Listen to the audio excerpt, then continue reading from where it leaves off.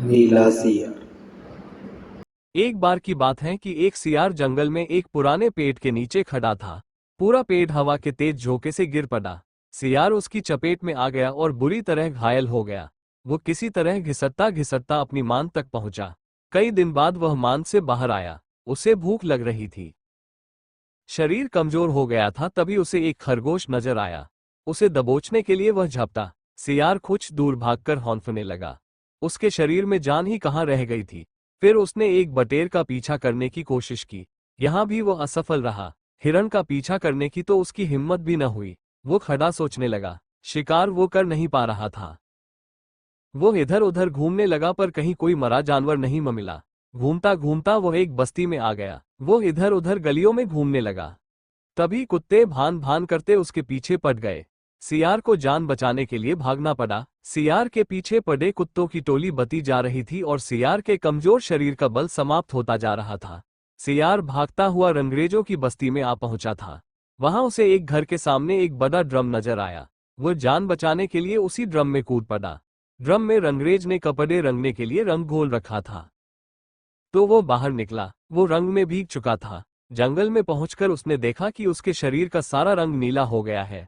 उस ड्रम में रंगरेज ने नीला रंग घोल रखा था।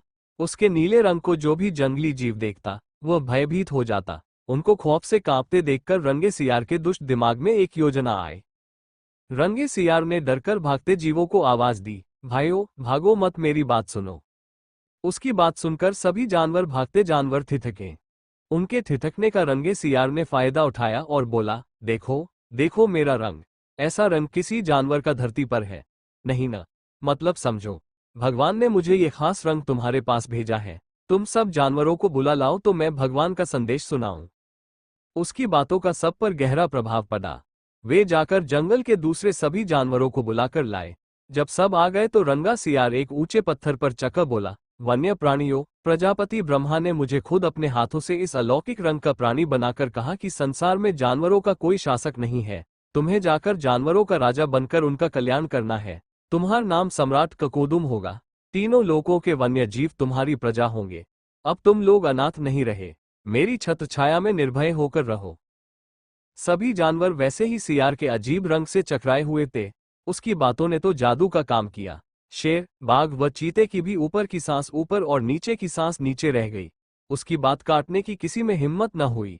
देखते ही देखते सारे जानवर उसके चरणों में लौटने लगे और एक स्वर में बोले, हे ब्रह्मा के दूत, प्राणियों में श्रेष्ठ ककोदुम, हम आपको अपना सम्राट स्वीकार करते हैं। भगवान की इच्छा का पालन करके हमें बड़ी प्रसन्नता होगी। एक दिन सम्राट ककोदुम खूब खा पीकर अपने शाही मांद में आराम कर रहा था कि बाहर उजाला देखकर उठा। बाहर आया, चांदनी रात खिली थी। पास के जंगल में सियारों की टोलियां हु हु की बोली बोल रही थी।